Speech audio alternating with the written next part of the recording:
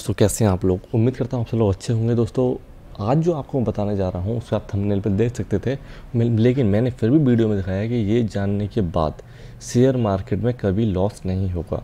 Risk and reward management. दोस्तों देखो, share market में रिस्क एंड रिवॉर्ड मैनेजमेंट बहुत ज़्यादा इम्पोर्टेंट है, क्योंकि जब तक हमें एक रिस्क का लिमिट होना चाहिए कि हाँ हमें इतना रिस्क लेना है और प्रॉफिट हमें चाहे कितना भी हो जाए, लेकिन रिस्क का जो होना चाहिए वो एक लिमिट होना चाहिए। उसके लिए हम क्या लगाते हैं मार्केट में या स्टॉक में, वो होता है स्टॉप लॉस। स्टॉप लॉस का मतलब आप नाम से ही समझ रहे होंगे, स्टॉप लॉस मतलब लॉस को स्टॉप करना है हमें। ठीक, तो स्टॉप लॉस होता क्या है? स्टॉप लॉस का मैं आपको अगर डेफिनेशन बताऊं तो आपके सामने स्टॉप लॉस का इस्तेमाल इसलिए किया जाता है ताकि शेयर बाजार के उतार चढ़ाव के दौर में आप नुकसान से बच सकें। क्योंकि दोस्तों देखो, मार्केट क्या है, कभी नीचे भी जाता है ऊपर भी आता है। स्टॉक डेली एक स्ट्रेट लाइन में नहीं चलेगा, ऊपर नीचे जरूर आता है। उसके अलावा शेयर बाजार काफ़ी हद तक भावना से चलता है। ये बिल्कुल करेक्ट है कि इमोशंस ले डूबते हैं इंसान के लिए, चाहे वो रिश्तों में हो चाहे वो स्टॉक मार्केट में हो। अगर कोई स्टॉक नीचे जा रहा है तो आप देखते होंगे कि आप सेल कर देते हैं, लेकिन आपके सेल करने के थोड़ी बहुत देर बाद वो स्टॉक ऊपर जाना स्टार्ट हो जाता है और फिर हम सोचते हैं यार अरे ये तो हमने गलती कर दी, अब ये नीचे जा रहा था हमने सेल कर दी, लेकिन अब ये ऊपर जाना स्टार्ट कर दिया। तो क्या है, मोस्टली 99% लोगों के साथ यही होता है कि जब हम सेल कर देते हैं तब स्टॉक ऊपर जाता है, जब हम बाई कर लेते हैं स्टॉक नीचे जाता है। मैंने जितना भी कमेंट पढ़ा होगा मोस्टली, जब मैं देखता हूँ एड वगैरह या कुछ भी, तो उसमें मोस्टली यही कमेंट होता है कि सर हम जब स्टॉक को सेल कर देते हैं तब वो ऊपर जाना स्टार्ट करता है, जब हम बाई करते हैं जब वो नीचे आना स्टार्ट करता है। तो क्या है कि देखो, स्टॉक इमोशन से नहीं चलते, लेकिन आप लोग जैसे मोस्टली लोग जो हैं वो उसमें इमोशंस लगा देते हैं स्टॉक्स में, तो ये चीज़ गलत है। तो क्या होता है कि भावना से चलता है, ऐसे में शेयरों में निवेश से आपको जितना लाभ होता है उतना ही नुकसान भी हो सकता है। ये बिल्कुल करेक्ट है। स्टॉप लॉस इसी नुकसान को कम करने का तरीका है। स्टॉप लॉस लगाने का एक फ़ायदा यह भी है कि अगर आप नियमित रूप से ट्रेडिंग नहीं करते और अपने निवेश को रेगुलर मॉनिटर नहीं कर सकते तो यह आपके लिए फ़ायदेमंद साबित हो सकता है। बिल्कुल करेक्ट। होता क्या है कि देखो, कुछ लोग ऐसे होते हैं जो कि उनका टाइम ही फुल टाइम ट्रेडिंग का है, मतलब वो 24 घंटे स्क्रीन पर बैठे रहेंगे। स्पेशली जो मार्केट का टाइमिंग है आपका स्टार्टिंग 9 बजे से स्टार्ट कर देते हैं लोग, क्योंकि 9 से आपका 3:30 तो वो स्क्रीन के सामने बैठे रहते हैं, तो वो होता है फुल टाइम ट्रेडर। लेकिन मोस्टली लोग क्या है कि वो जॉब भी करते हैं, बिजनेस भी करते हैं और भी फैमिली के बहुत सारे काम होते हैं, तो जिसकी वजह से वो पूरा टाइम स्टॉक मार्केट को नहीं दे सकते। तो उनके लिए जो सबसे बेस्ट है वो क्या है कि उन्होंने स्टॉक लेके डाल दिया, बस अब उनको ध्यान ही नहीं है कि हमें देखना चाहिए नहीं देखना चाहिए। वो देखते कम है, महीने बाद, 2 महीने बाद, 4 महीने बाद। एक तरफ देखा जाए तो उसका एक फ़ायदे भी है और कुछ एक तरफ देखा जाए नुकसान भी है। फ़ायदा क्या है, क्योंकि अगर आप कायदे से सही स्टॉक सेलेक्ट कर रहे हैं तो अगर आप उसे 6 महीने बाद या 1 साल बाद भी देखेंगे, 10 साल बाद भी देखेंगे तो बहुत अच्छा रिटर्न्स आपको दे चुका होगा। लेकिन अगर आप स्टॉक ही गलत चूज कर रहे हैं या किसी वजह से स्टॉक में कुछ कंपनी में कुछ कमी आ गई या कुछ इशू आ गए जिसकी वजह से स्टॉक काफ़ी अच्छे तरीके से गिर जाता है नीचे, जिसमें आपको अच्छा खासा लॉस हो जाता है। तो स्टॉक का जो भी स्टॉक आपने ले रखा है उसे देखना ज़रूरी है। बेशक आप 1 वीक में एक बार देख लो, कोई दिक्कत नहीं, 1 मंथ में 1-2-3 बार देखना ज़रूर बनता ही है। तो अगर आप डेली नहीं देख सकते स्टॉक्स के लिए या वीकली या मंथली आप नहीं चेक कर पाए तो स्टॉप लॉस तो मस्ट है, बिल्कुल स्टॉप लॉस आपको लगा देना चाहिए। तो स्टॉप लॉस से क्या है कि अगर वो स्टॉक नीचे गिरता भी है तो आपने जो स्टॉप लॉस लगा रखा है उस प्राइस पर आके आपका स्टॉक ऑटोमेटिक सेल हो जाएगा, आपको उसमें देखने की ज़रूरत नहीं पड़ेगा। तो अभी क्या है कि अभी आप देखेंगे कि सर हमें फिर स्टॉक देखना कैसे है, मतलब चूज़ कैसे करना है कि हमें स्टॉक लेना कौन सा है या कौन सा नहीं लेना है। तो उसका मैं बता देता हूँ आपको। जैसे अगर मैं बात करूँ रिलायंस का, तो देखो रिलायंस लॉन्ग टर्म के लिए अच्छा शेयर है, लेकिन बड़े बड़े शेयर हैं जो कि काफ़ी कुछ ना कुछ किसी न किसी वजह से नीचे गिर भी जाते हैं, जो कि वो बहुत बड़ा सा एक मतलब काफ़ी ज़्यादा लॉस होता है लोगों के लिए। तो अगर मैं अभी बात करूँ रिलायंस इंडस्ट्रीज़ का, तो मोस्टली लोग कहते हैं कि सर रिलायंस इंडस्ट्रीज़ बहुत अच्छा है, उसमें आपको पैसा लगा देना चाहिए कि या फिर उसे लॉन्ग टर्म के लिए रख लीजिए।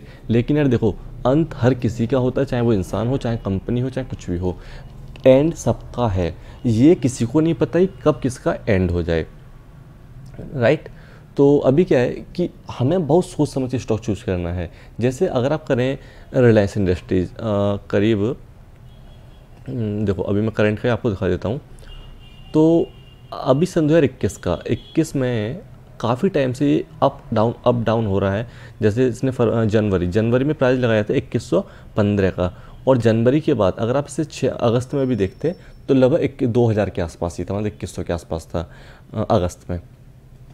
तो ये चीज़ें काफ़ी ज़्यादा दिक्कत करती हैं, क्योंकि अगर आपको 6 महीने बाद भी देख रहे हैं तो भी आपको प्राइस उसी पॉइंट पर मिल रहा है जिस पॉइंट पर पहले चल रहा था। तो इस पैटर्न को बोलते हैं साइडवेज पैटर्न। तो हमें कभी भी, अगर आप एक स्विंग ट्रेडर हैं या एक पोजिशनल ट्रेडर हैं या 2-4 महीने के लिए आप ट्रेड ले रहे हैं, तो आपके लिए हमेशा जो देखना चाहिए वो एक अप ट्रेंड स्टॉक देखना चाहिए। जो स्टॉक ऊपर की तरफ जा रहा हो सिर्फ उसी को लेना चाहिए। तो ये जो स्टॉक था वो एक साइडवेज स्टॉक था। और अगर आप देखें कि सर हम तो लॉन्ग टर्म के लिए इन्वेस्टिंग करते हैं, तो लॉन्ग टर्म में तो कंपनी बढ़ती है, देखो दोस्तों ऐसा बिल्कुल नहीं है।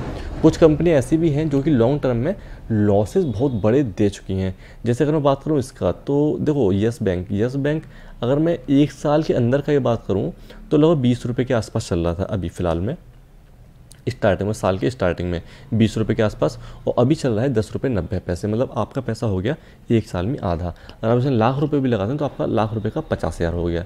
लेकिन अगर इसका आप देखें पास्ट उठाकर, तो पास्ट में बहुत बुरी कंडीशन इसके साथ हुई है, क्योंकि किसी टाइम पर ये स्टॉक जो ट्रेड कर रहा था वो देखो आपका 440 रुपये, 400 रुपये के आसपास का स्टॉक आज 10 रुपये पर ट्रेड कर रहा है ना।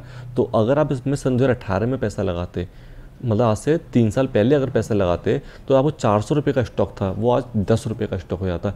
आपके 4 लाख रुपए की वैल्यू ओनली 10,000 रुपये रह जाती है आज की डेट में। तो काफ़ी सोच समझ के हमें इसमें पैसा लगाना चाहिए। तो अब आप कहें सर स्टॉक फिर लेने कौन से हैं, तो देखो स्टॉक हमेशा वो लेना है जो अप ट्रेंड में हो। जैसे अगर मैं बात करूं, एक अभी मैंने स्टॉक देखा था जिसका नाम था, देखो अभी आपके सामने स्टॉक आ रहा है, तो हमें स्टॉक जो लेना अप ट्रेंड वाले लेने हैं, जो कि अप ट्रेंड में जा रहा हो।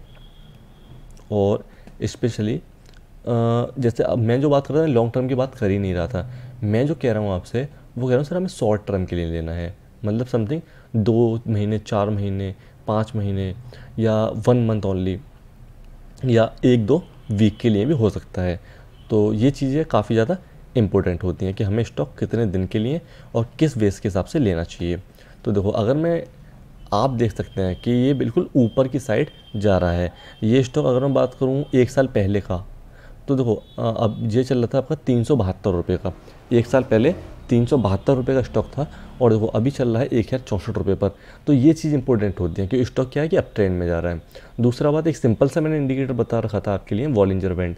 आपने वीडियो नहीं देखा हो तो इससे पहले वाला वीडियो देखना, काफ़ी अच्छा लगेगा। देखो वॉलिंजर बैंड तो क्या है कि एक स्टॉक ऊपर की तरफ जा रहा है। दूसरा सिंपल टेक्निक है, अगर आप मूविंग एवरेज भी स्टॉक पर डालते हैं तो आप 100 मूविंग डेज का मूविंग एवरेज डाल लीजिए, 200 का डाल लीजिए, तो वो क्या है स्ट्रेट लाइन टाइप का होगा, एक स्ट्रेट लाइन टाइप का। तो मैं इसे थोड़ा सा वाइट कर देता हूँ, वो आप देखो जो ब्लू लाइन जो आप देख रहे हैं, तो ब्लू लाइन क्या है, एक सीधी रेखा टाइप की बन रही है, तो इसे कहते हैं अप ट्रेंड स्टॉक।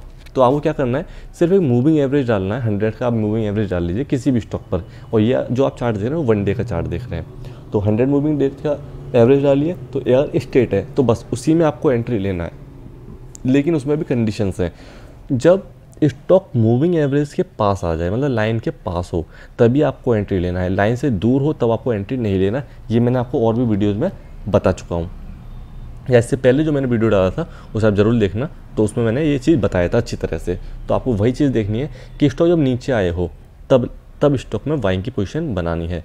जैसे अगर मैं इसे सिंपल सा 1 वीक का चार्ट अगर आपको दिखाऊँ इसी स्टॉक का, और इसमें आपको एक चीज़ बहुत ज़्यादा इम्पोर्टेंट है, वो थी वॉलिंजर बैंड।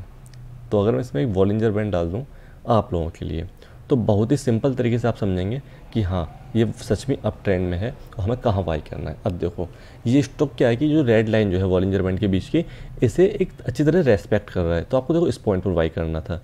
उसके बाद अभी जो लास्ट टाइम मैंने बताया था, अगर आपने मेरा वीडियो देखा हो तो मैंने बताया था ये वाला स्टॉक लगभग 925 रुपये के प्राइस पर, और देखो 925 रुपये का स्टॉक आपका 1 मंथ नहीं हुआ मुझे बताए हुए, और 1 मंथ में 1100 रुपये का हो गया।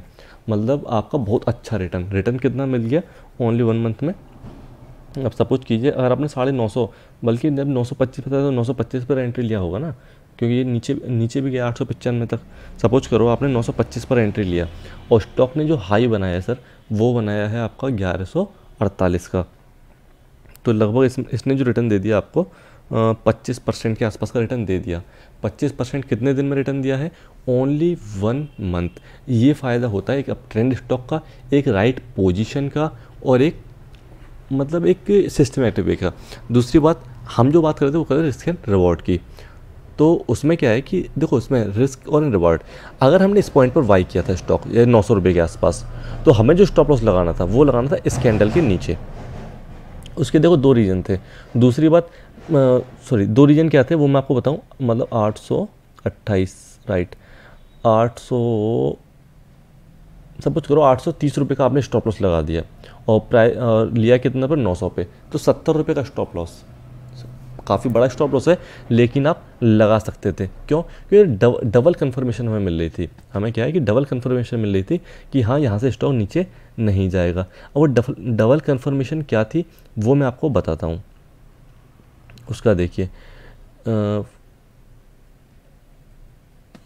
ऐसे मैं थोड़ा सा डार्क कर देता हूँ, उससे क्या है कि आप लोग अच्छी तरह से इसे समझ जाएंगे।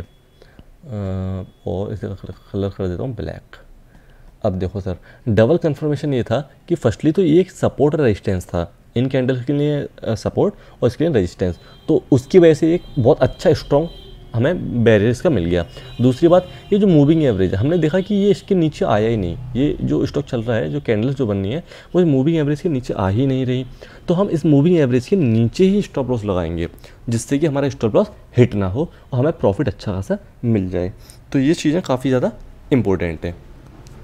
तो ये चीज़ आप समझ गए कि हमें स्टॉक कैसे लेने और स्टॉप लॉस क्यों लगाना ज़रूरी है। कि अगर बाय द वे ये नीचे भी आता है, बाय द वे स्टॉक अगर नीचे आता है तो हमारा एक लिमिट हो कि हाँ यहाँ तक हमारा स्टॉप लॉस हिट हो जाएगा, हमारा स्टॉक मतलब कैंसिल हो जाएगा और उसके बाद ये कितना भी नीचे है हमें कोई फ़र्क नहीं पड़ने वाला। चाहे स्टॉक आधा हो जाए तो भी हमें कोई फ़र्क नहीं पड़ने वाला। तो ये चीज़ें इंपॉर्टेंट होती हैं स्टॉक मार्केट के लिए। दूसरी बात आप कहेंगे सर अभी तो ये एक ही स्टॉक बताया, ऐसे स्टॉक तो बहुत मुश्किल से मिलते हैं। यार मिलेंगे, आप ढूंढोगे तो मिलेंगे। अभी मैं इस स्टॉक की बात करूँ डालमिया भारत, उसका मैंने आपको वीडियो शेयर किया था, बनाया था, स्टॉक बताया था कि आप इसको ले लीजिए। जिसने लिया होगा उसने अच्छा खासा पैसा बना लिया। देखो डालमिया भारत, ये रहा आपका डालमिया भारत। तो देखो कितना शानदार स्टॉक है। मैंने जो लेवल बताया था आपको, मैंने बताया था इस प्राइस पर, मतलब समथिंग आपका 1850 रुपये का समथिंग। और देखो 1850 रुपये का स्टॉक कितना चला गया था। अभी यहाँ पे हाई जो इसने बनाया है 2550। तो 1850 सॉरी इसने हाई जो बनाया है राइट 2550, 1850 और इसने जो आपको 1 मंथ में रिटर्न दे दिया सर वो दे दिया लगभग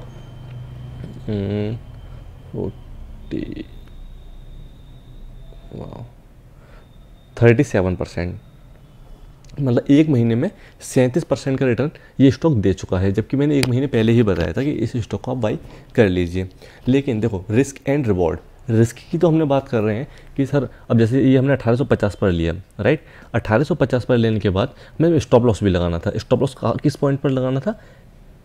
इस पॉइंट पर, ठीक है ना। अब क्यों? इसके लिए सेम वही पैटर्न, हमें पता था कि हाँ इस मूविंग एवरेज के नीचे स्टॉक नहीं आएगा, ठीक। बाय द वे अगर आता भी है तो ये इसके लिए बहुत अच्छा खासा सपोर्टिंग रेजिस्टेंस मिल गया था। तो हमें इसके नीचे ही स्टॉप लॉस लगाना था। हमने बाई किया 1850 पर, स्टॉप लॉस कितना लगाया? हमने लगाया 1700 पर। 150 का स्टॉप लॉस कोई दिक्कत नहीं, बड़ा स्टॉक है, मतलब थोड़ा सा जैसे 2000 के समथिंग का स्टॉक है तो हमारा 100-150 रुपये का स्टॉप लॉस चल जाएगा। लेकिन हम इतना बड़ा स्टॉप लॉस क्यों लेके चल रहे हैं? क्योंकि हम इसे पोजिशनल बना रहे हैं। हम इसमें इंट्राडे नहीं कर रहे, 1-2 दिन के लिए नहीं कर रहे, हम इसे पोजीशन बना रहे हैं कि बाय द वे 2-3 दिन ही अगर स्टॉक नीचे भी आता है तो इससे नीचे नहीं आए। डबल कंफर्मेशन मिली। क्या क्या? एक तो मूविंग एवरेज की जो लाइन है, middle line, sorry Bollinger band की जो मिडल लाइन है उसके नीचे आने का चांस नहीं था। दूसरी बात जो एक अच्छा खासा इसके लिए सपोर्ट एंड रेजिस्टेंस लाइन हमने एक हॉरिजेंटल लाइन डाल दिया था, उसके नीचे हमें स्टॉप लॉस लगाना था। तो ये चीज़ें काफ़ी इंपॉर्टेंट हमें देखने को उसमें मिली। तो ऐसी स्टॉक आपको सेलेक्ट करने हैं। अब कहेंगे सर ये तो 1-2 स्टॉक होंगे, नहीं। स्टॉक देखो 6000 कंपनी लिस्टेड है स्टॉक मार्केट में, समथिंग 6000 के आसपास। तो ढूंढना ढूंढना आपकी जिम्मेदारी है। देखो ढूंढना तो सर आपके लिए पड़ेगा, नहीं अगर ढूंढ सकते तो आप मुझे कमेंट करो, मेरे पास कमेंट करो, मैं ढूंढ कर आपके लिए स्टॉक दूंगा, मैं आपके लिए स्टॉक ढूंढ कर दूंगा। यार मैं इतना सारा वीडियो डालता हूँ, किसी भी वीडियो को उठाकर देख लो, है ना। लेकिन फिर भी मैं अपना व्हाट्सअप नंबर डिस्क्रिप्शन में डाल दूंगा, उस पर आप मुझे मैसेज करोगे सर हमें आप बताइए स्टॉक, जो हम स्टॉक को बाई कर सकें। लेकिन देखो रिस्क आप ले रहे हैं, जितने स्टॉक मैं आपको बताऊंगा, चाहे मैं व्हाट्सअप के थ्रू बताऊं, चाहे मैं वीडियो के थ्रू बताऊं, चाहे मैं लाइव आके बताऊं, जितने भी स्टॉक आपको बताऊंगा, अगर रिस्क आप ले रहे हैं, रिवॉर्ड आप ले रहे हैं, तो देखो थोड़ा सा रिसर्च भी आपके लिए करना पड़ेगा, क्योंकि रिसर्च करोगे तभी जाके आपको एक्सपीरियंस मिलेंगे। तो ये चीज़ें इंपॉर्टेंट। अब जैसे मैंने स्टॉक आपको बताया किस टाइप के स्टॉक सर्च करने हैं, वो आपने देख लिया कि हाँ इस टाइप के स्टॉक लेने हैं। स्टॉप लॉस कहाँ लगाना है, डबल कन्फर्मेशन होनी चाहिए, वहाँ आप स्टॉप लॉस लगाओ। तो ये प्लस हमें निकलना कब है, जैसे रिस्क का हमने बात की, रिवॉर्ड, सर रिवॉर्ड कितना हम निकल सकते हैं, तो यार सिंपल है, वॉलिंजर बैंड आप डालो। जब भी स्टॉक का जो कैंडल्स है वो वॉलिंजर बैंड से ऊपर निकल जाए, आपको तभी वाई की पोजीशन बनानी है, तभी इसमें वाई करना है, उससे पहले वाई नहीं करना। जैसे इस कैंडल पर इसने हाई बनाया है 2550 का, तो हमें इस कैंडल के जब कैंडल ज़्यादा बाहर निकल गई बॉलिंजर बैंड से, जब भी हमें निकल जाना चाहिए था, क्योंकि हमें पता है कि हाँ इससे नीचे कितना भी आ सकता है। तो ये इंपॉर्टेंट है कि हमें जब भी ये बॉलिंजर बैंड से कैंडल बाहर बन जाए, वो भी वीकली चार्ट में, हमें निकल जाना चाहिए। मोस्टली कंडीशन में क्या होता है कि यहाँ से स्टॉक नीचे आना स्टार्ट कर देता है। तो रिस्क एंड रिवॉर्ड आप समझ चुके हैं कि हमें कहाँ एंट्री लेना है, कहाँ निकलना है, कहाँ स्टॉप लॉस लगाना है। अब बात आता है सर हम अगर लॉन्ग टर्म के लिए, तो रिस्क एंड रिवॉर्ड आप समझ गए होंगे। अब आप स्टॉप लॉस कैसे लगाएं। देखो अगर एक दिन का बात हो कि हमें आज ही सर सेल करना है, तो सेम डे के लिए अलग पैटर्न है, प्लस लॉन्ग टाइम के लिए अलग पैटर्न होता है। तो वो मैं आपको बता देता हूँ कैसे होता है। जैसे सपोज करो कोई भी आप अगर इसमें पोजीशन बनाते हैं, ठीक है ना, चाहे वो आपका होल्डिंग में हो, चाहे आपका पोजीशन में हो। जैसे अगर आपने आज स्टॉक लिया, अगर आपको आज ही सेल करना है, तो उसे आप सेल के ऑर्डर में डाल सकते हैं। जैसे एग्जिट, ठीक है ना, अभी आ गया आपका सेल ऑर्डर। तो यहाँ क्या करना, आपको इस पर क्लिक करना है, ये लिख रहा है एस एल पर क्लिक करना है। देखो स्टॉक का प्राइस चल रहा है कितना, 238 रुपये। अब आपको कितने पर सेल करना है, वो आपको इसमें जैसे 230 पर करना है तो इसमें 230 लिखो, राइट, 230 क्वांटिटी 20, बस आपको सेल कर देना है ये एस एल वाले पे। अगर आप इसे एस एल नहीं करेंगे तो लिमिट या मार्केट पे करेंगे तो वो ऑटोमेटिक सेल हो जाएगा। फिर आप ये मत कहना कि सर ये तो सेल हो गया। तो हमेशा स्टॉप लॉस पर क्लिक जरूर कर देना, नहीं करेंगे तो आपका बहुत बड़ा लॉस हो सकता है। तो इसलिए आपको स्टॉप लॉस पर क्लिक करके उसके बाद ही सेल ऑर्डर लगाना है, ठीक। अगर आपको जैसे पोजीशन आपने बना ली, और मैं जो आपको बता रहा था वो पोजिशनल स्टॉक बता रहा था, स्विंग ट्रेड स्टॉक बता रहा था। तो उसमें क्या होता है कि आपको एक लिमिट होता है कि आपका ऑर्डर तभी सेल होगा, चाहे वो 4 दिन बाद रेट आए, चाहे वो 10 दिन बाद आए, चाहे आपका 20 दिन के बाद आए, वो आपका 1 साल के लिए, इसे बोलते हैं जीटीटी ऑर्डर।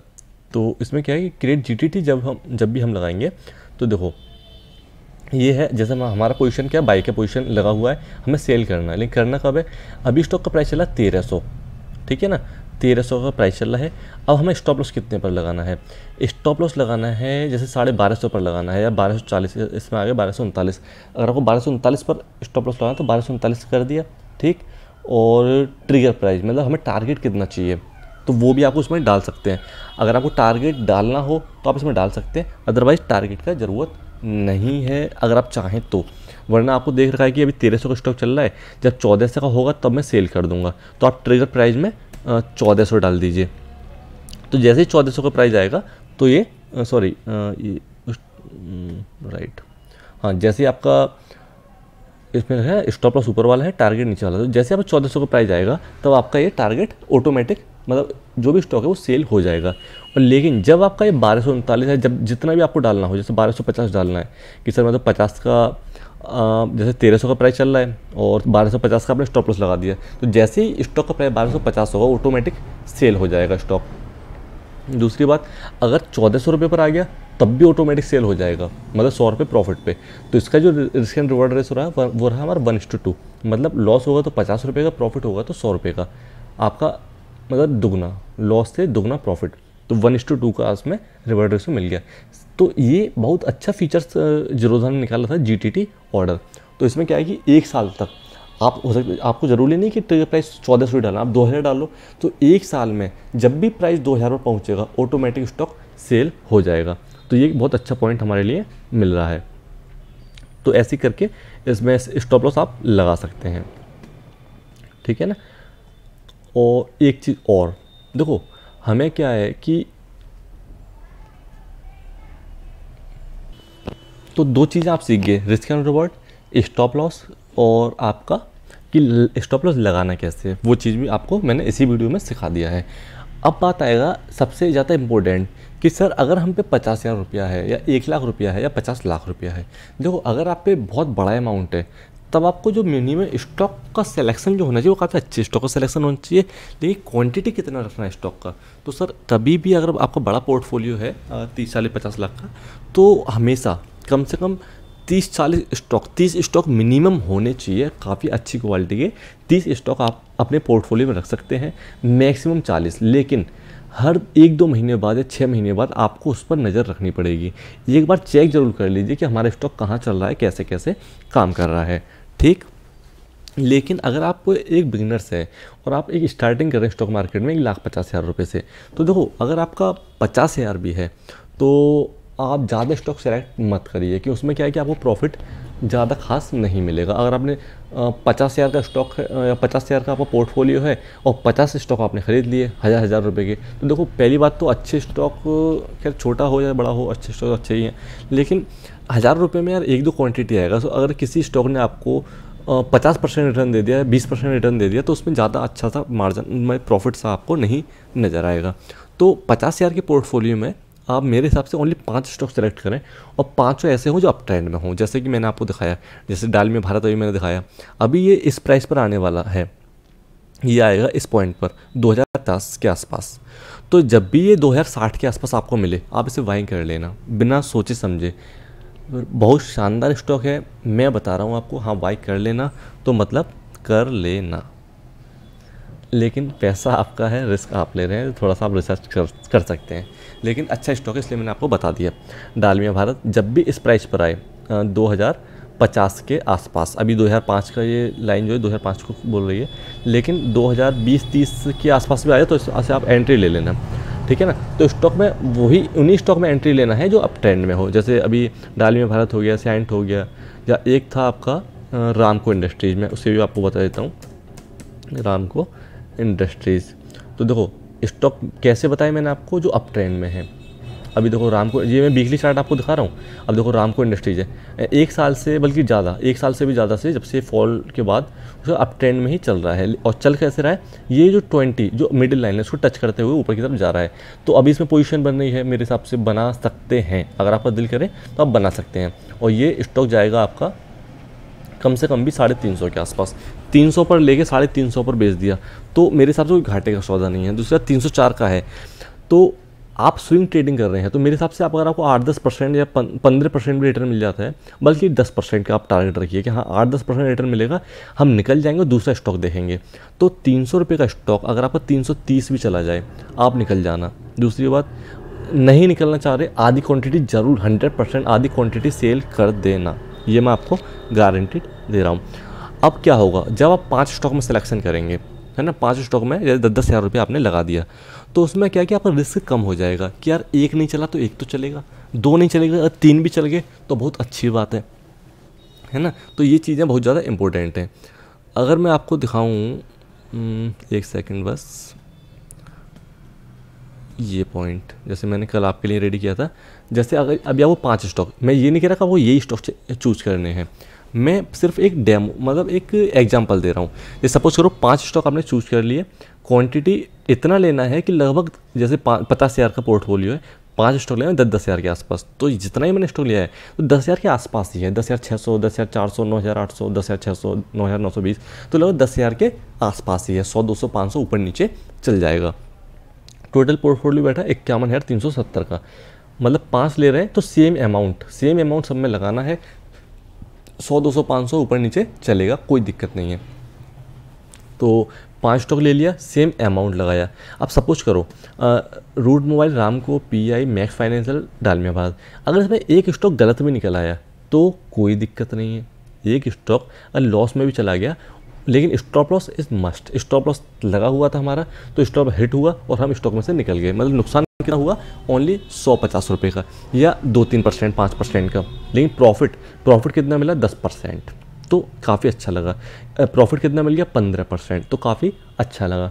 तो यही चीज़ इंपॉर्टेंट होती है कि लॉस हो हमारा ओनली 2% का, 3% का, और प्रॉफिट हो जाए हमारा लगभग उसका डबल या तिगुना। मतलब या तो 1:2 का हमारे रिवॉर्ड रेशो चाहिए या 1:3 का रिवॉर्ड रेशो चाहिए। तो ये चीज़ें बहुत ज़्यादा इंपॉर्टेंट है जो आपको सीखना ज़रूरी है। मैं आपको मल्टीप्लाई क्यों किया मैं आपको ये भी बोल सकता था कि एक ही स्टॉक में पैसा लगा दो, लेकिन अगर आप एक स्टॉक में पैसा लगाओगे तो रिस्क बहुत ज़्यादा होगा, पैसा डूबने का खतरा ज़्यादा होगा। हो सकता है आपका सिलेक्शन काफ़ी ज़्यादा अच्छा हो, लेकिन देखो यार, कितना भी अच्छा सिलेक्शन आपका क्यों ना हो, लेकिन एक बार जीतोगे, 2 बार जीत जाओगे, 3 बार जीत जाओगे, 10 बार भी आपका सिलेक्शन राइट हो गया, लेकिन हो सकता है 10 बार के बाद जो अगले जो आपका सिलेक्शन हो जाए, मार्केट का एक जो आपका मार्केट का ट्रेंड है वही चेंज हो जाए और आपका सिलेक्शन गलत होना स्टार्ट हो जाए, तो हो सकता है आपको बहुत बड़ा लॉस हो सकता है। तो स्टॉप लॉस इज मस्ट। दूसरी बात, डिवर्सिफिकेशन, मतलब 4-5 स्टॉक में कम से कम स्टार्टिंग है तो कम से कम 5 स्टॉक आप लीजिए पोर्टफोलियो में। तो नॉलेज आपको कैसा लगा, सबसे पहले मुझे ये कमेंट करके ज़रूर बताइए, इससे कुछ आपको बेनिफिट मिला या नहीं मिला। देखो मैंने क्या क्या चीज़ सिखाई आपको। एक तो स्टॉक अप ट्रेंड में हो वही सिलेक्शन करना है। दूसरी बात, रिस्क एंड रिवॉर्ड का ध्यान रखना है। तीसरी बात, stop loss is must. Stop loss कैसे लगाना है वो भी मैंने आपको बताया। फोर्थ, स्टॉक में से निकलना कब है। स्टॉक में से कब निकलना है? जब वॉलिंजर बैंड के बाहर जैसे ये है, वॉलिंजर बैंड के बाहर जो कैंडल बना है हमें तभी निकल जाना चाहिए था। उसके बाद क्या है कि वॉलिंजर बैंड अपनी तरफ इस जो कैंडल है उनके लिए अपनी तरफ खींचती है। तो निकलने का भी, एग्जिट कब लेना है, एंट्री कब लेना है वो भी मैं बता चुका हूँ। दूसरी बात, डिवर्सिफाई का मतलब कितने स्टॉक कम से कम होने चाहिए पोर्टफोलियो में। छोटा पोर्टफोलियो 1,50,000 का, तो 50,000 का तो ओनली 5 स्टॉक आप रख लीजिए। ₹1,00,000 का है तो कम से कम भी 5 या 10 स्टॉक आप, मैक्सिमम 10 और मिनिमम 5 से कम स्टॉक में एंट्री मत करना, ठीक है। तो ये चीज़ आपको मैं सिखा चुका हूँ।